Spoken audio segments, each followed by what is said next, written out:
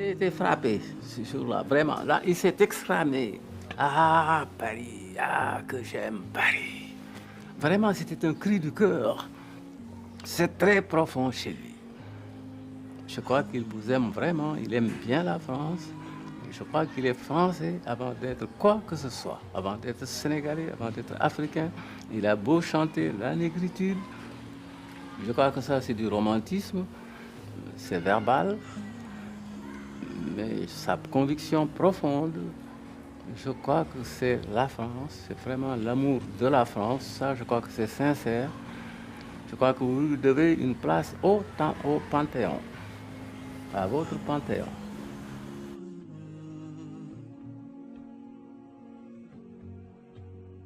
ginnaaw bi président Mamadou Dia defee ab sortie ci bésu 8 décembre 1962 daldi wax ni France daf ñuy abal génn suñu réew bàyyi ñu doxalal suñu bopp demal suñu bopp ñu supprimer dindi économie de traite définitivement suñu économie réew bañ a aju rek ci njaayum gerte teg ci bépp député bu yoreloon état Sénégal xaalis ak nu mu mënti toll di nga ko fay teg ci tamit ni bépp action bu ñu amoon ci ay société anonyme dañ koy retirer ci noonu la ñépp ñi nga xamante ni seen intérêt bopp kese moo leen ñor ci biir réew mi ak bitim réew ànd booloo nekk benn pare pour daaneel Mamadou Dia jëlee ko ci bopp nguur ga en tant que président du conseil ci noonu le président de la république monsieur Léopold Sédar Senghor mi nga xamante ni nanguwul woon pare wutoon pour tàggaliko ak France daldi digal ñeent député yi ko jege woon lool muy Abdoulaye Fofana Maguette Lo Ousmane Ngom ak Moustapha Cissé ñu déposé benn motion de censure ci bésu 14 décembre ci Assemblée nationale. Je crois que Senghor ne concevait pas une rupture avec la France.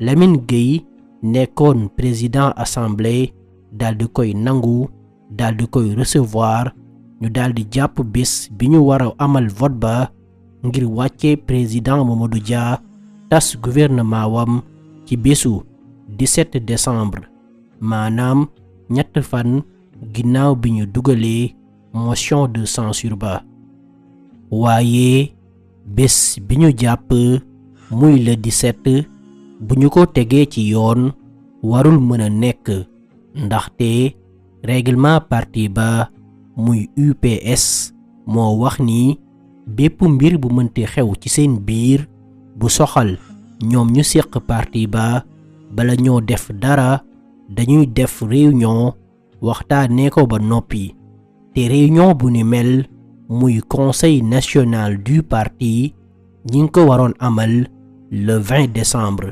maanaam li nekkoon yoon mooy dañ ko war a waxtaanee ci le 20 décembre boobu ba noppi avant ñuy déposer motion de censure bay jàpp date waaye xooluñu luy yoon ak ludul yoon ñoom ñépp li ñu namoon li ñu bëggoon lenn kese la mooy gaaw tàggaliko ak président Mamadou Dia benn yoon ngir sàmm seeni intérêt ak intérêt waa France.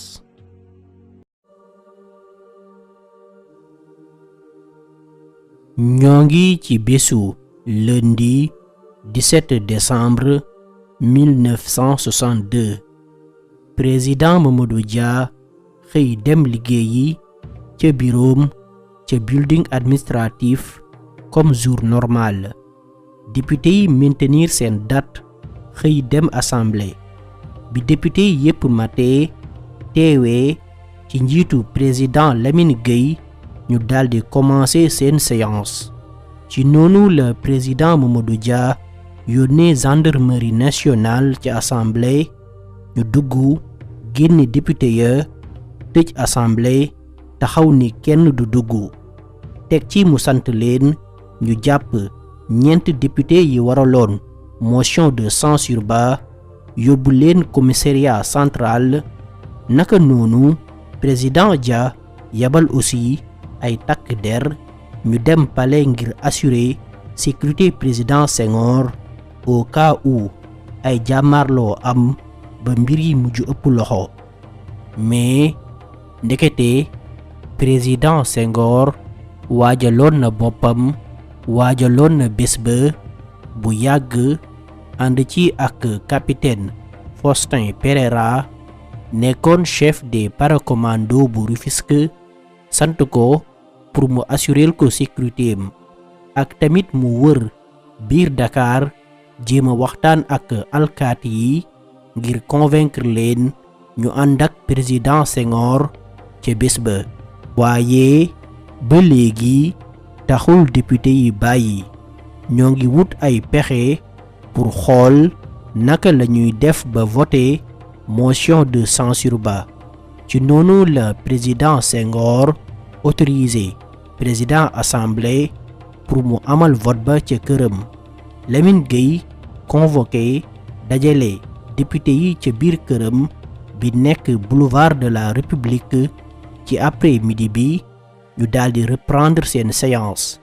ñoom 47 députés yi fa teewoon ñoom ñépp ànd booloo daldi voter motion de censure bi daaneel président Mamadou Dia tas gouvernement wam muy lu mësul am lu kenn mësul gis. Nous étions à l'Assemblée nationale à cette heure-là, lorsque des éléments de gendarmerie sont venus. Certains députés avaient été expulsés et quelques-uns même arrêtés.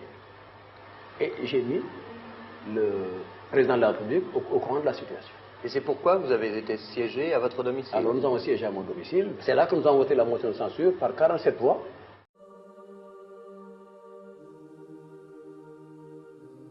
ca gannaaw ga capitaine Pereira dem commissariat central libéré ñeent député yi ñu tegoon loxo. ca guddi ga président Senghor daldi tabb colonel Jean-Alfred Diallo chef d'état-major général de l'armée. moom Jean-Alfred Diallo dem waxtaan ak général Amadou Fall mi ko nekkoon ci jamono yooyu mu daldi nangu démissionné bàyyi Jean-Alfred Diallo mu doxal. ci ëllëg ga ci bésu mardi 18 décembre ci ndimbalu takk der yi ak alkaati yi président Senghor ak i gaayam mujj nangu rajo Sénégal muy RTS di benn rajo képp kott bi fi amoon ci jamono jooju ñu daldi koy occupé ñoom dongu. ci fajar gi ñu daldi teg discours président Senghor bi ngeen di dégg nii muy expliquer ni li président Mamadou Dia def coup d'état la jaay doole la moo waral mu jël ay responsabilités jël armée bi ci lu dul coobareem. La situation est grave, dramatique. Il s'agit véritablement d'une violation délibérée de la Constitution de la République. J'ai réquisitionné les forces militaires car la dernière parole doit rester à la Constitution et à la loi. ginnaaw bi message ba jàllee ca rajo ba mbooloo mu bari ñi xam ak ñi xamul li xew bàbbeekoo fu ne daw dem buntu palais pour seetaan pour mastawu ak ndokkeel président Senghor. président Senghor taxaw ci kaw teraasu palais ba wax ak ñoom sant leen gërëm leen ci seen soutien teg ci tamit di bàkku ak ndamu. À l'heure où je vous parle, une foule évaluée à plusieurs dizaines de milliers de personnes venues de Médina et de l'intérieur du pays, cette foule est massée devant le palais de la présidence pour manifester son loyalisme au chef de l'État qui va s'adresser à elle. Cette clameur que vous entendez, c'est celle de cette foule évaluée à plusieurs dizaines de milliers de personnes qui vient de s'élever au moment où apparaît le président Senghor sur une terrasse de son palais sous l'immense drapeau vert, jaune et rouge surmonté de l'étoile à 5 branches, emblème de la République.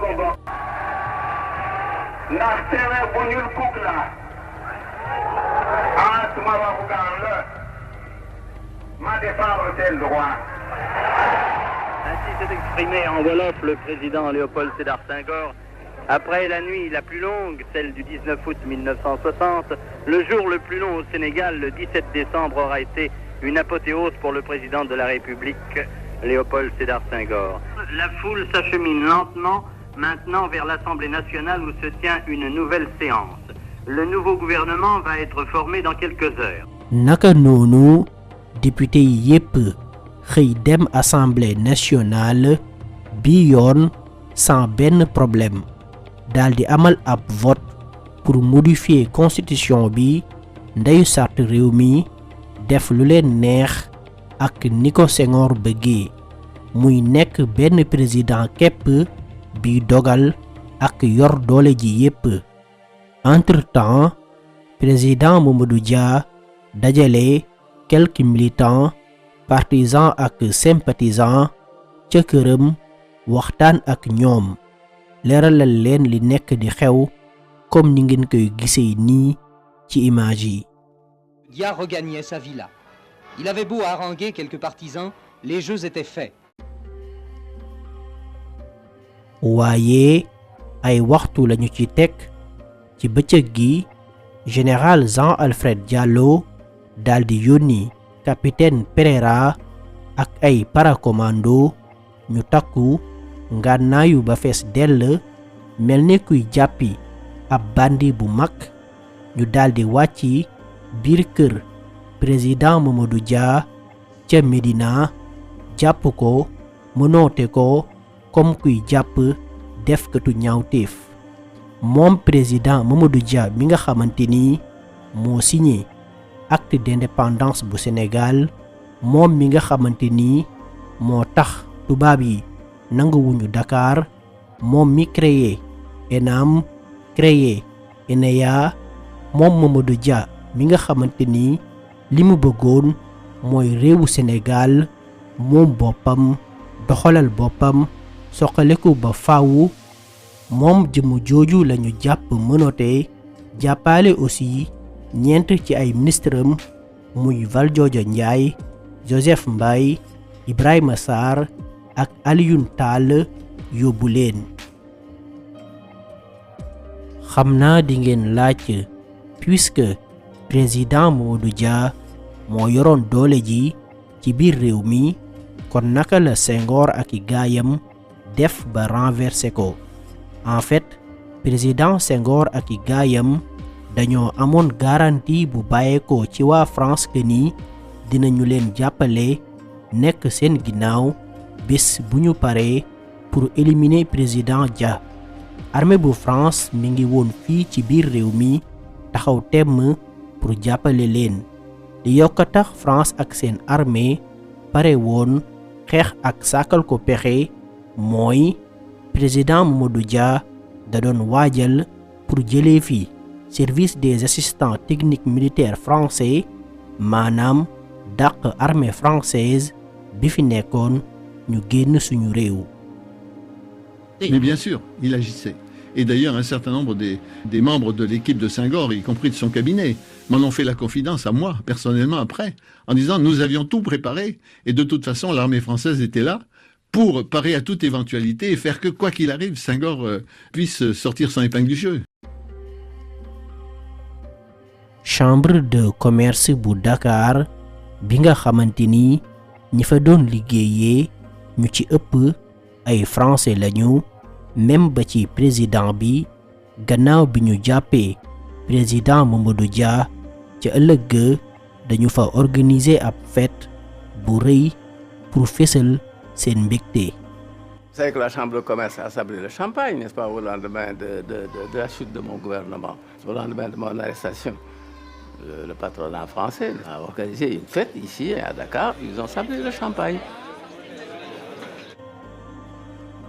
li waral aussi président Senghor réussir arrêté président Mamadou Dia bokk na ci complicité chef militaire yi moom général Jean-Alfred Diallo moo dëggal wax ni li tax mu ànd ak Senghor mooy ambassade bu France bi nekk fii ci Sénégal ñoo ko woo téléphone ci bésu 17 décembre ne ko mu jàppale Senghor far ak Senghor.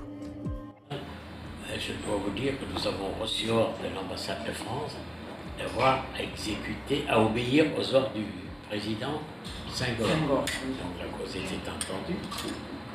ci noonu la ko président Senghor tabb def ko chef d'état-major général de l'armée di loo xamante ni moom Senghor amu ci benn droit lu ni mel Mamadou Dia la waroon en tant que président du conseil ak tamit ministre de la défense moom rekk moo amoon ndogal ak sañ-sañ fal ak folli chef d'état-major te ki ko nekkoon ki mu fa tegoon jamono jooju mooy général Fall.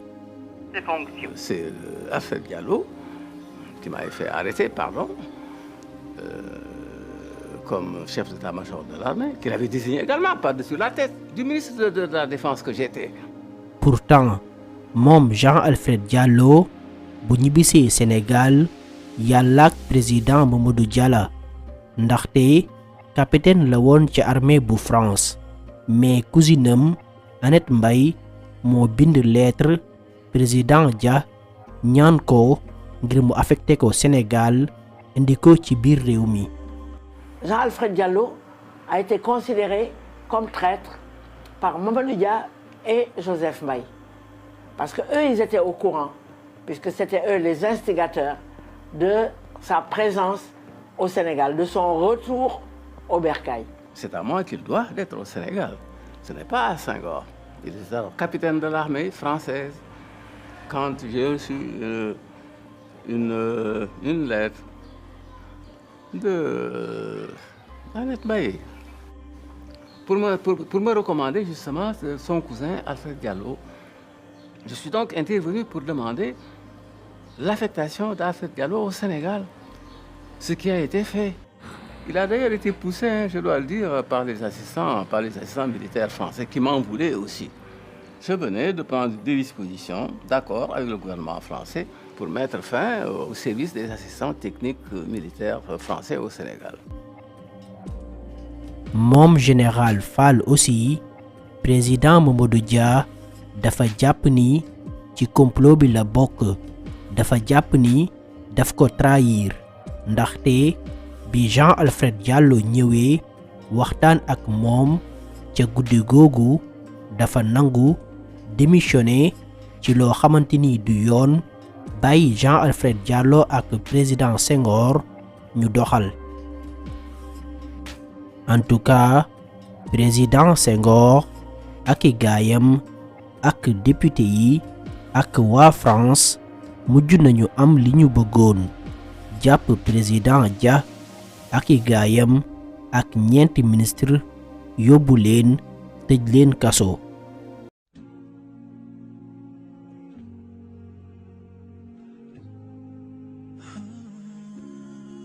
ci noonu lañu commencé def campagne de diabolisation ci rajo bi ak journal quotidien bi fi nekkoon muy Dakar Matin di wax ak bind pour yàq deru président Mamadou Dia di ko présenter Sénégalais yi comme nitu fitna ku bëgg nguur gëmloo Sénégalais yi ni communiste la waa Union soviétique ñoo ko ngemb gëmloo Sénégalais yi ni da doon xeex këru diine yi gëmloo leen ni bu ay pexeem sotti woon tarixa dootul amati ci biir réew mi. ci at bi ci topp ci bésu 9 jàpp 13 mai 1963 lañu koy doora àtte moom ak ay ministram procès bi duré ñeent fan muy dem ak ñëw di dugg ak génn ca palais de justice bi nekkoon Cap Manuel moom ak ay avocat wam kenn ci avocat yi ko doon layal di ku ñu ràññee ku ñépp xam ci biir réew mi ak bitim réew muy monsieur le président maître Abdoulaye Wade ca jamono jooju ñu def lu leen neex àtte lu leen neex daldi daan Valdiodio Ndiaye Joseph Mbaye ak Ibrahima Sarr 20 ans bu ñu war a tëdd kaso Alioune Tall 5 ans ak 10 ans yoo xamante ni day ñàkk ay àq ak ay yelleefam ci biir réew mi ndaxte ñoom dañ leen a jàppee ay complice président Mamadou Dia ñu daan ko perpétuité maanaam tëdd kaso giiru dundam ñu koy toppee coup d'état constitutionnel maanaam ku salfaañe ndeyu sart réew mi. Mamadou Dia, ex-président du Conseil, déportation perpétuelle. Ibrahima Sarr, Valdiodio Ndiaye, Joseph Mbaye, ancien ministre, 20 ans de détention. Alioune Tall, ex-ministre, 5 ans d'emprisonnement et 10 ans d'interdiction de droits civiques. Tel est le verdict rendu cet après-midi par la Haute Cour de justice. On nous accusait d'avoir perpétré un coup d'État contre crime contre la Constitution. Un crime contre la Constitution, c'est d'avoir, comme vous le dites, fermé l'Assemblée, oui, arrêté les députés, c'est ça. noonu lañu leen yóbbee Kédougou nëbbu leen jant bi fàtte leen fa teg ci président Senghor ak gouvernement wam tere ñu tudd turu Mamadou Dia ak i gaayam ci média yi dem nañ sax ba képp kuy woote ni jayist nga maanaam président Mamadou Dia nga àndal moom nga bëgg fesal ko ñu jàpp la tëj lépp ngir bëgg suul président Mamadou Dia ak ay jëfam pour sénégalais yi fàtte ko président Mamadou Dia ak ay ministram nekk biir kaso ñu séparé leen isolé leen may ñu leen ñu gisante wala sax génn ci couloir ya ku ci dégg sa moroom daa fekk waxtu julli jot ba mu kàbbar pour julli ca cellule ba mu nekk ñu leen di xoqatal di leen torturer moralement président Mamadou Dia nee na benn bés garde yi dañoo ñëw taxaw ci kanamam di gas mu laaj leen lu xew loo leen di gas nii garde yi tontu ko ne sa bàmmeel bi ñu la war a suul bés boo deewee ci kaso bi président Mamadou Dia tontu leen ku leen wax ni maa leen di njëkk a dee mën ngeen maa njëkk a dee tamit. On a construit ma tombe sous mes yeux. Comme j'étais condamné à vie. Alors, je voyais des gens qui s'activaient là, à côté. Je dis, mais qu'est-ce que c'est que ce machin-là? J'ai fait venir le régisseur. J'ai dit, qu'est-ce que vous êtes en train de faire comme ça? Vous êtes en train de me construire ma tombe. Je lui dis, mais savez-vous si c'est vous qui allez m'enterrer ou moi?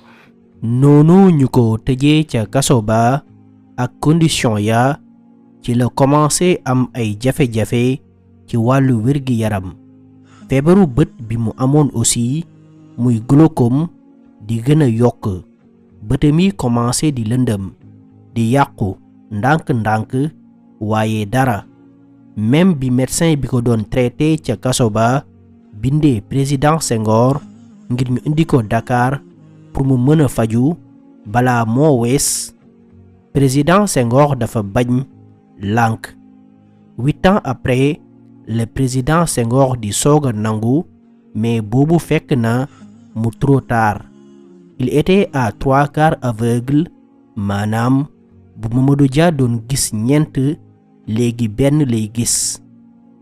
Or, en fait, Mamadou Dia, au moment où il a été mis en prison, avait un début de glaucome, maladie oculaire, qui est sérieuse. Et pendant 8 ans, il n'a pas pu voir de spécialiste. Il est resté enfermé sans avoir un véritable traitement. Et au bout de 8 ans, sans un traitement approprié, la vue est compromise et perdue. Et voilà la raison pour laquelle il a perdu la vue. Mais est-ce qu'il était au courant, le président Senghor, qu'il souffrait de ce mal? Alors, on aurait pu par exemple dépêcher un... Il n'est pire sourd que qui ne veut entendre.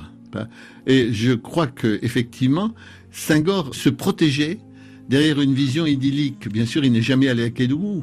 Quand le professeur Pérou a écrit à Senghor pour lui dire « Mamadou Dia souffre en prison », Senghor lui a répondu « Mais non, il est dans une petite maison à l'intérieur d'un camp militaire et cette maison est climatisée. » Bon, alors que, bien entendu, la réalité est totalement différente. Mais il était conscient de la réalité, qu'elle était différente de celle qu'il annonçait. Alors là, c'est un mystère, mais probablement il n'a pas cherché vraiment à savoir, parce qu'effectivement, ça aurait probablement entraîné trop loin.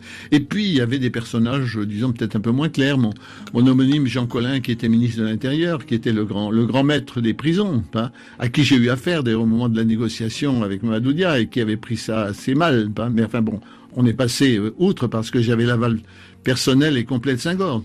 Donc il y a eu tout ça, vous voyez, qui ont joué, mais Mamadou Dia aurait pu très bien mourir en prison, ce qui aurait pu aussi être une manière de régler le problème aux yeux de ses pires ennemis.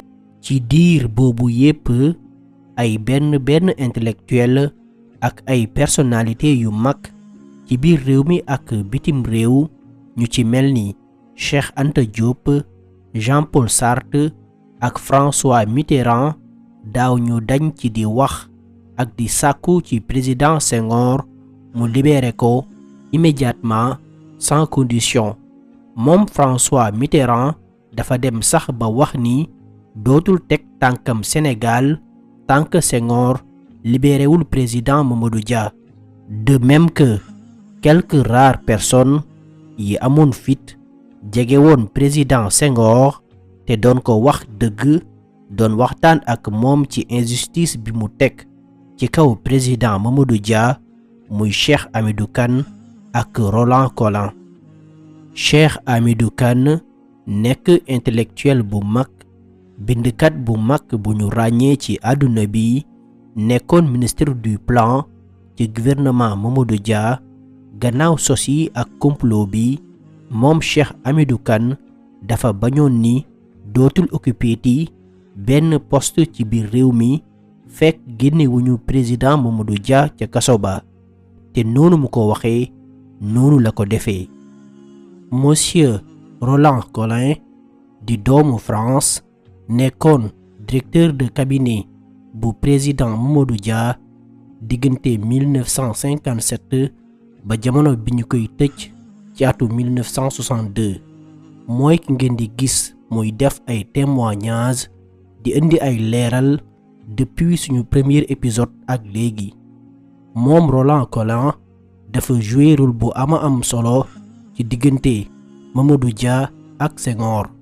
jege woon leen lool, xam leen bu baax, minoon leen lool ñoom ñaar ñépp, yàgg ànd ak ñoom fu nekk, rawatina président Dia, xam lu bari ci histoire Sénégal ba bind ci sax ab téere bu am solo tuddee ko Sénégal notre pirogue.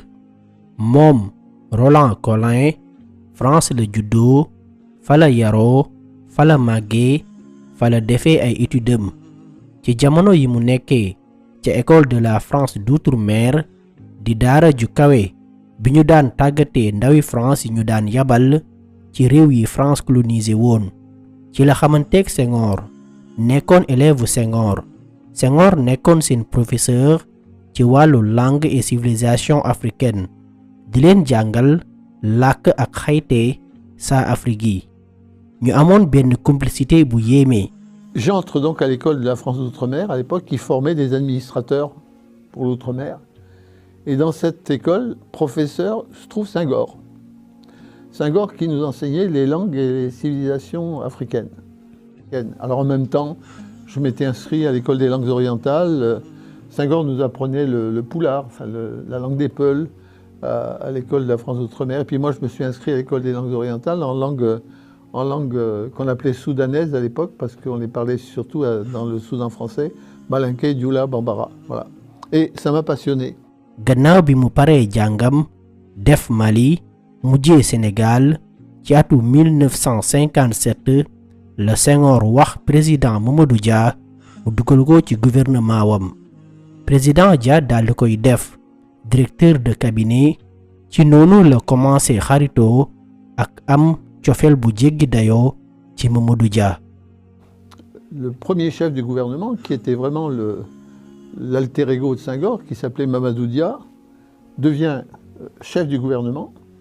Et Senghor me demande avec force d'entrer au cabinet de ce chef du gouvernement. J'y entre, bien sûr, avec plaisir, avec conviction, avec joie. Et là, je noue une relation profonde avec Mamadou Dia, qui était un homme exceptionnel, lui aussi. Bon.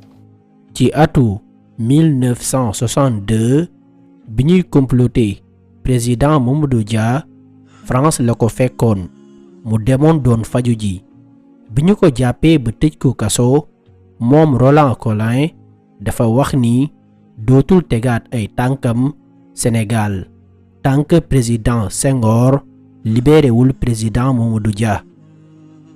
Moi, j'ai quitté le Sénégal juste avant ces événements-là. Senghor me demande de revenir. Dia étant en prison, je dis à Senghor, je fais dire à Senghor, parce que ça se passait par personne interposée, je ne peux pas, moi, retourner au Sénégal alors que Dia est en prison. Waaye ca gannaaw ga après 5 ans ci la ñëwaat ndaxte dafa amoon ab ndaje bu mu waroon teewee fii ci Sénégal ci noonu le président Senghor def ay pexe fexe ba mu ñëw palais ngir mu waxtaan ak moom. Roland Collin jàkkaarloog Senghor wax ko dëgg ju wér péng xamal ko ni li mu def président Mamadou Dia du dëgg du yoon xamal ko xel ni président Dia mësul am yéene def coup d'état xamal ko ni moom Senghor ak Mamadou Dia ay référence lañu woon ci Afrique ñépp leen nawoon kenn ku ci ne ci ñoom ñaar dafa doon mottali moroom ji daldi koy laaj lu ko jaral loolu lépp président Senghor tontu ko ni amul benn xel ñaar ci président Mamadou Dia nit ku baax la waaye ki mu wóoluwul ki mu mënul supporter ki mu ragal mooy Valdiodio Ndiaye. Senghor m'avait proposé de rentrer au Sénégal parce que j'étais tombé malade peu avant les événements proprement dits. Et Senghor me fait appeler après le jugement de Mamadou Dia, il me demande de revenir. Je dis non, je ne remettrai pas les pieds au Sénégal tant que Mamadou Dia sera en prison. Senghor n'était pas très content. Pendant 5 ans, j'ai pas remis les pieds au Sénégal. Et puis au bout de 5 ans, je retourne au Sénégal parce qu'il y avait un congrès des africanistes, tout ça qui était un congrès international. Et à cette occasion, disons, Senghor fait en sorte que je suis contraint de le revoir. Je vais le voir et je dis à Senghor, bon, je reviens au Sénégal, mais je voudrais que mon retour ne soit pas mal interprété. Ou bien je suis ici, on peut parler des choses que j'ai à cœur et que peut-être vous avez aussi à cœur, mais à ce moment-là, dispensez-moi du protocole. Ou bien on ne reste que sur le plan protocolaire et à ce moment-là, je rentrerai à Paris. Alors non, il m'a dit, il n'y a pas de protocole entre nous, vous êtes mon ami, tout ça. Et j'ai mis tout sur table à Senghor. Je lui ai dit, voilà, vous étiez un tandem miraculeux, tous les deux, tellement complémentaires. Bon, maintenant, comment faire que les choses puissent se retrouver entre vous ? Alors, il me dit, vous comprenez, mais c'est Valdiodio Ndiaye que je crains. Dia est honnête, sûrement, mais Valdiodio va chercher à m'abattre, etc. Bon, on discute. Je dis à Senghor, vous dites que Mamadou Dia est honnête, que Valdiodio ne l'est pas, donc vous maintenez l'homme honnête en prison parce que vous avez peur de celui qui ne l'est pas. Par la suite, bi Senghor demee ba bëgg ci génn ci la woowaat Roland Collin ngir sant ko mu def médiation ci digganteem ak Mamadou Dia ci weeru mai 1972 def ay négociation tegal ko condition bu bëggee ñu libéré ko génn ko kaso condition bi mu tegal président Mamadou Dia mooy mu nangu ni assurel ko ni dootul def politique day bàyyi politique jël lépp teg ci suuf bis bi ñu ko génnee. Je vais vous envoyer secrètement voir Mamadou Dia, que je n'avais pas vu depuis plus de 10 ans. Vous allez lui porter le message suivant. Vous allez lui dire que je le libérerai à la condition qu'il renonce à la politique. Alors je dis à Senghor, ça me paraît difficile que vous puissiez demander à votre compagnon Dia de renoncer à la... Le 30 mai 1972, le Roland Collin dem Kédougou seeti président Mamadou Dia pour yeggee ko ay kàddu Senghor ak condition yi. Roland Collin daldi jël bic ak feuille président Mamadou Dia di wax muy bind mu ne ko soo demee neel Senghor pour man def politique devoir la laata muy nekk droit wareef la ci bépp citoyen mu dugal ay yoxoom ci liy jëmal réew mi kanam nit mënees naa bàyyi li ko yoon may waaye wareesuta bàyyi ay wareefam. Senghor accepte de le libérer s'il prend l'engagement de renoncer à la politique. Dia, qui était déjà plus qu'aux 3/4 aveugle, me dicte une réponse extraordinaire et dont l'essentiel était, pour moi la politique n'est pas un droit, c'est un devoir. Et donc on peut renoncer à un droit, on ne peut pas renoncer à un devoir. Président Mamadou Dia daal di jeexalee bataaxal bi ak ay kàddu yu am solo ne ko neel Senghor nekk biir kaso libre moom sama bopp moo ma gënal nekk ci biti di dund comme prisonnier.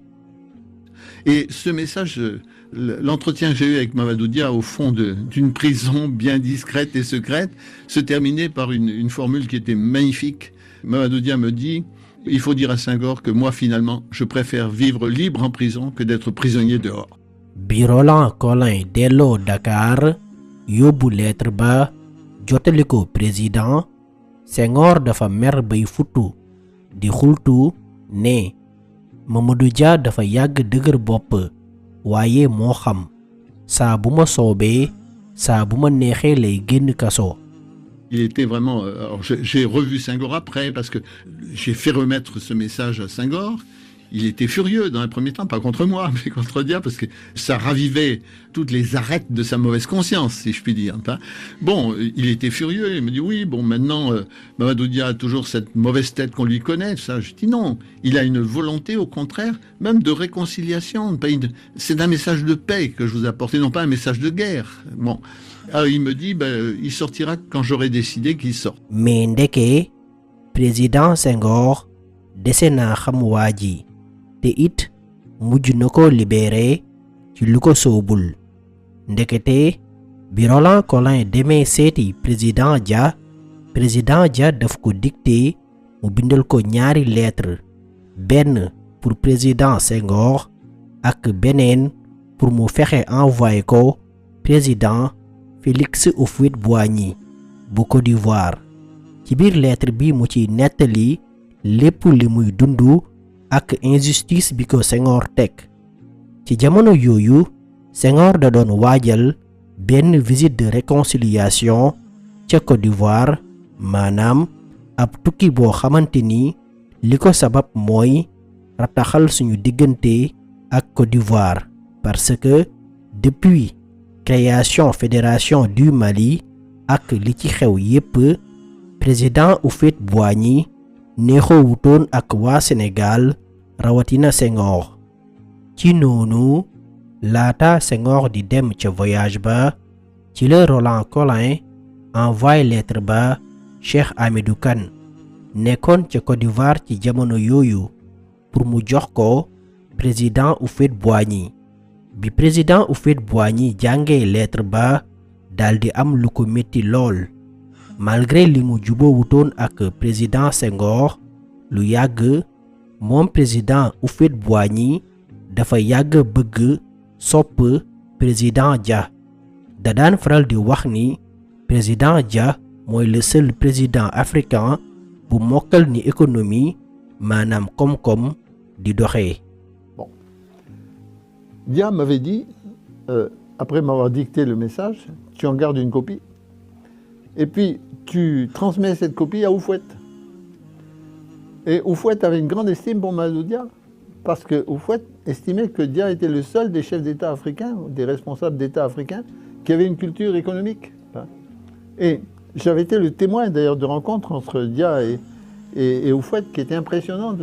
Bi président Senghor yeggee Côte d'Ivoire, ci le président Houphouët-Boigny waxtaan ak moom ci mbiru président Dia wax Senghor mu assurel ko ni bala moo ñëw amal visite de réconciliation fii ci Sénégal dina libérer président Mamadou Dia mais président Senghor deful lu ni mel avant mais laata président Houphouët-Boigny di tek tànkam biir Sénégal daf ko garanti ni dina libérer président Dia lu yàggul dara. Et Senghor avait accepté de faire son voyage de réconciliation à Abidjan. Moi, je reçois, donc porteur de ce message, je téléphone à Cheikh Hamidou à Abidjan, Cheikh Hamidou Kane, et je lui dis, voilà, Dia souhaite que tu puisses remettre ce message à Houphouët.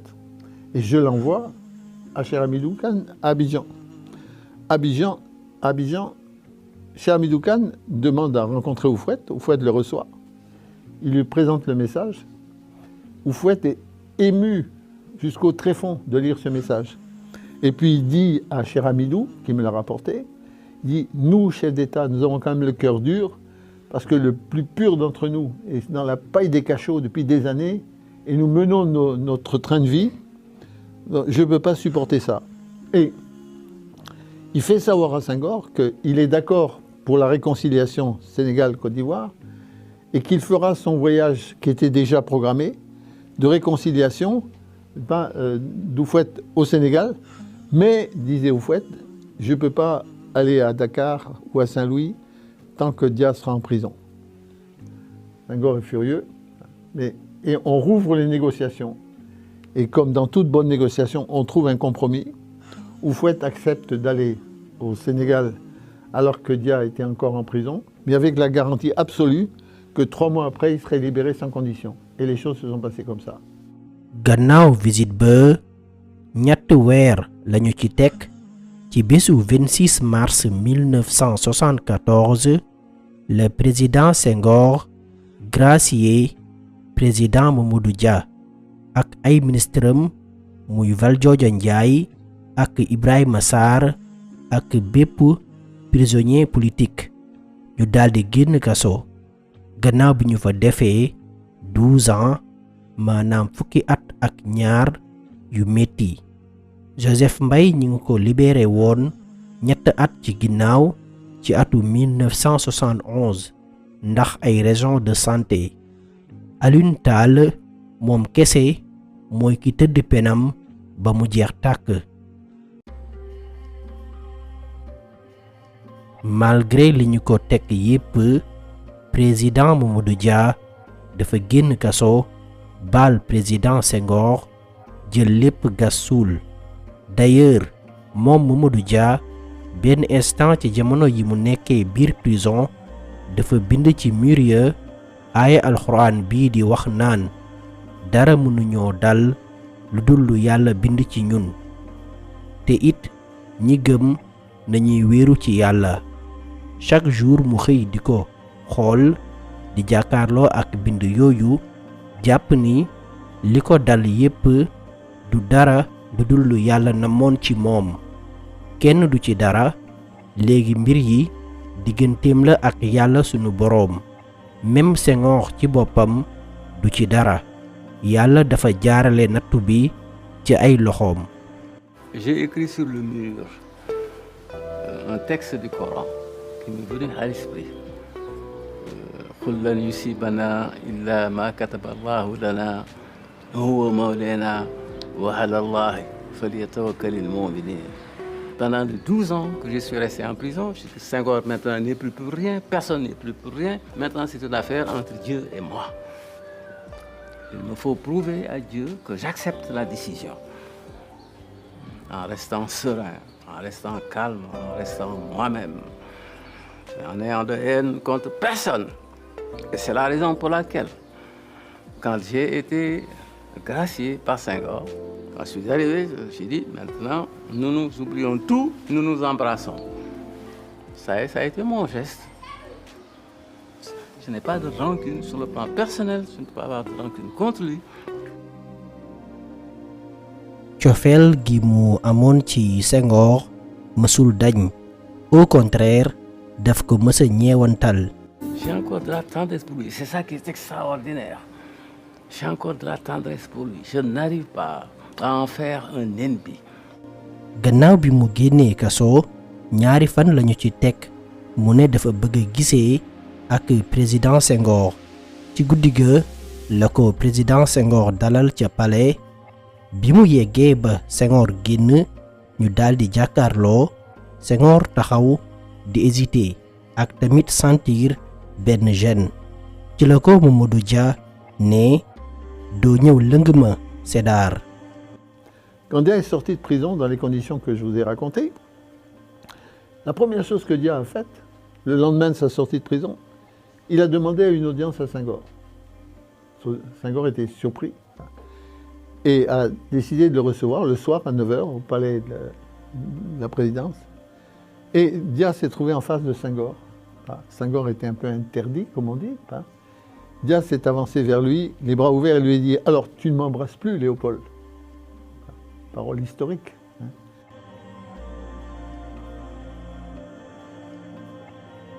ñaari at ci kanam ginnaaw bi ñu leen génnee kaso moom ak ay ministrem ci dañu voté loi d'amnistie amnistier leen ci atu 1976 setal leen ci lépp li ñu leen doon tuumaal ci atu 1962 donte dooleem kàttanam ak wirgi yaramam mayetu ko noonu ca gannaaw ga président Dia dafa créer benn mbootaay tuddee ko International Africain des Forces pour le Développement ci atu 1976 ànd ci ak Cheikh Hamidou Kane ak ñeneen. Nous pensons que nous ne sommes pas les seuls à penser à ce projet et que ce projet est en germe aussi dans beaucoup d'esprits, pas seulement dans l'esprit des Africains, mais aussi dans pas mal d'esprits occidentaux que nous avons appelé notre mouvement international. En vérité, nous avons notre ambition, c'est que nous pensons que à partir de ce projet de l'internationale africaine, peut-être pourrait-on alors un jour proposer une nouvelle internationale des peuples. naka noonu la commencé amal ay voyage ci réew Afrique yu bari fu mu dem mbooloo mu bari accueillir ko comme un héros ci noonu la nguur gi commencé tiit président Senghor dal di koy yàqal dal di koy mujj tere mu génn réew mi. ginnaaw bi président Senghor yàqee carrière politique gu Mamadou Dia toog ci bopp nguur ga moom dong di buum ak bumi def lu ko neex ginnaaw bi mu toogee ba doyal defal waa France li ñu bëggoon sampal leen fi ay tànk yu dëgër ci atu 1981 la démissionné tàggatoo bàyyi nguur gi dal di koy jox président Abdou Diouf. Je voudrais, comme président de la République, vous faire mise à Dieu. Et si j'ai un message à vous faire aujourd'hui, Sénégalaises et Sénégalais, c'est bien ce dernier message en faveur de la démocratie qui s'adresse à tous les citoyens et citoyennes de notre vieux pays. C'est la chose la plus importante, maintenir la démocratie, c'est-à-dire le pluralisme des partis dans le respect des droits de l'homme et des libertés fondamentales.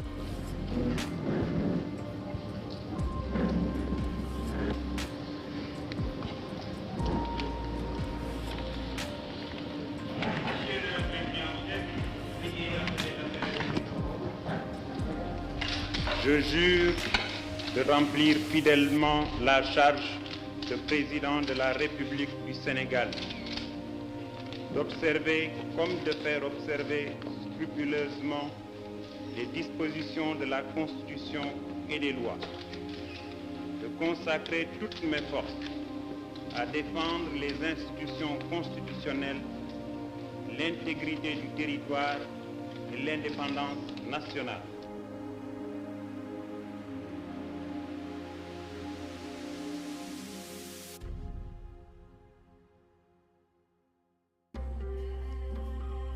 loolu yépp di lu mu waajaloon lu mu planifié woon parce que bëggul woon ñu jël suñu indépendance divorcé ak France.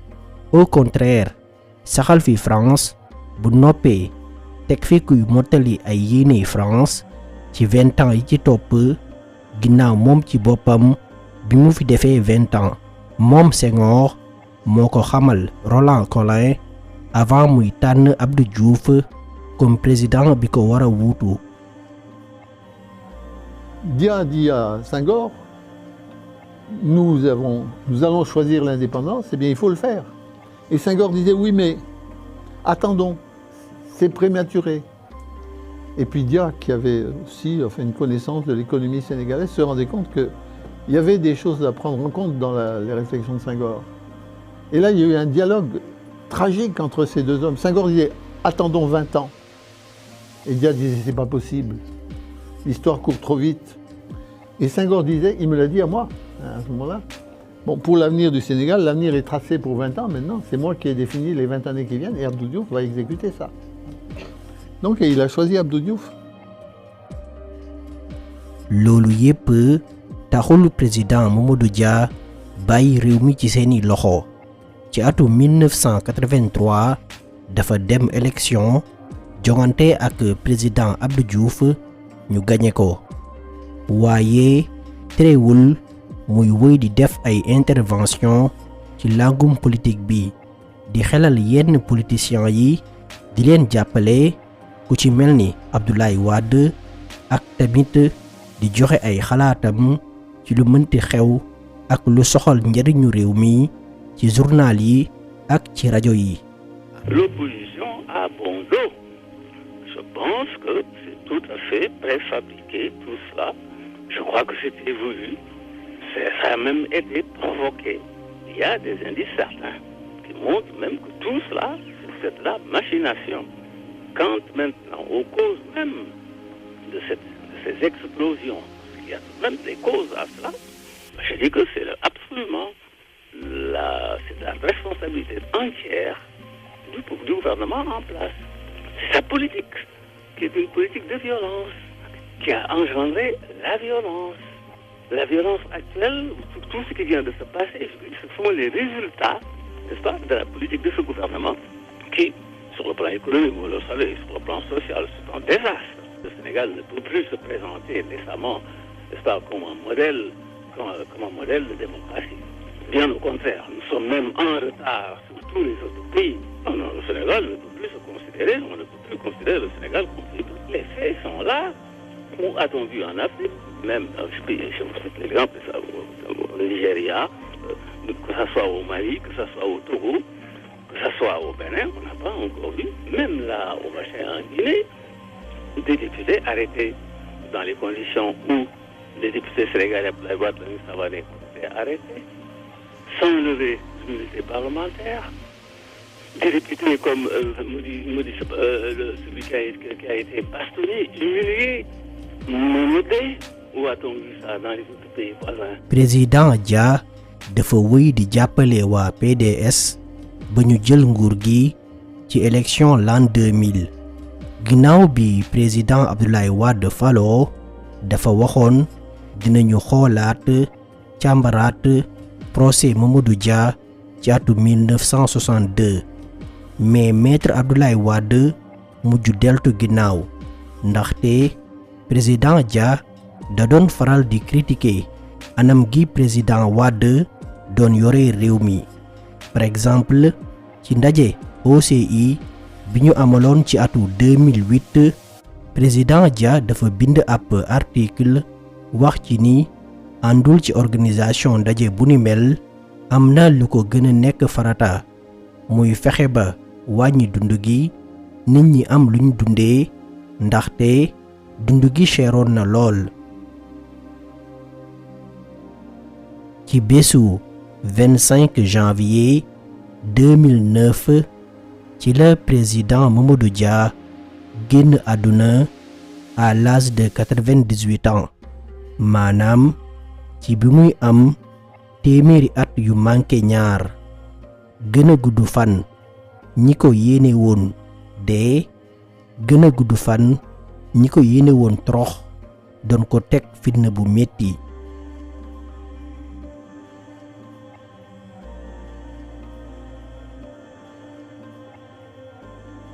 moom président Léopold Sédar Senghor ginnaaw bi mu joxe nguur gi nguur goo xamante ni talu ko woon bëggu ko woon mais juste pour dëgëral domination française ci biir réew mi France la dem ngir wéy di def li ko yàgg yitteel muy bind ay poème daal di raxasu ci mbiri politique gu Sénégal ba seet ci wecci gannaaw ba mu ko yàqee. Puis, après 5 mandats de président, c'est ici que le poète choisit de passer sa retraite aux côtés de sa muse. C'est en Normandie que j'écris mes poèmes, parce qu'il me faut une certaine distance de l'Afrique. Le Magnolia blanc que vous voyez, je l'ai mis dans un poème, tellement je le trouve beau quand il est fleuri en avril. Ci bésu 20 décembre 2001 ci la génn àdduna ca France. Ils étaient nombreux le 27 décembre 2001 à venir lui rendre un dernier hommage.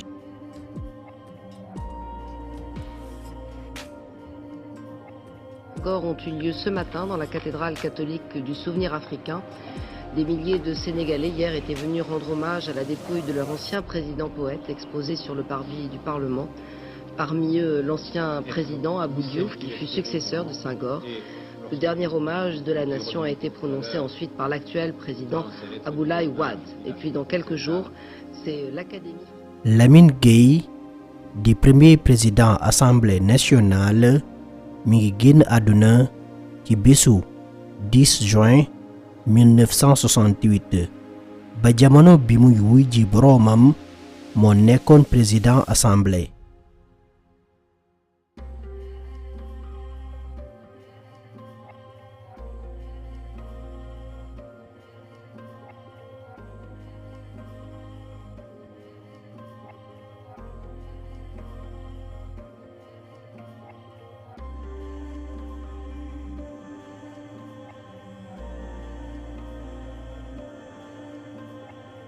Général Jean-Alfred Diallo mi ngi génn àdduna 2006 mais laata loolu ci atu 1992 xamle na ni président Mamadou Dia musul bëgg a def coup d'état lépp ay sos la yu jóge ci président Senghor. Alfred Diallo sur le Sud Quotidien a déclaré ensuite que Mamadou Dia n'a jamais voulu faire de coup d'état. Et qu'il n'a pas fait de coup d'état. Et qu'au fond, tout ça, c'était une histoire montée par Senghor. Ibrahima Sarr mi ngi génn àdduna ci bésu 8 mars 1976 ci hôpital principal bu Dakar ci ab feebar bu mu jëlee ca kaso ba.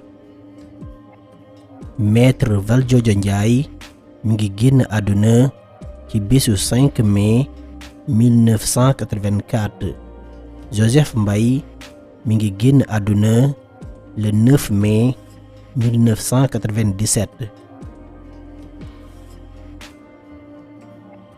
lii lañu leen indiloon ci seen série kan mooy Mamadou Dia ñuy xaar seen jàngat di leen di jox dig daje ci yeneeni vidéo jaa ngeen jëf.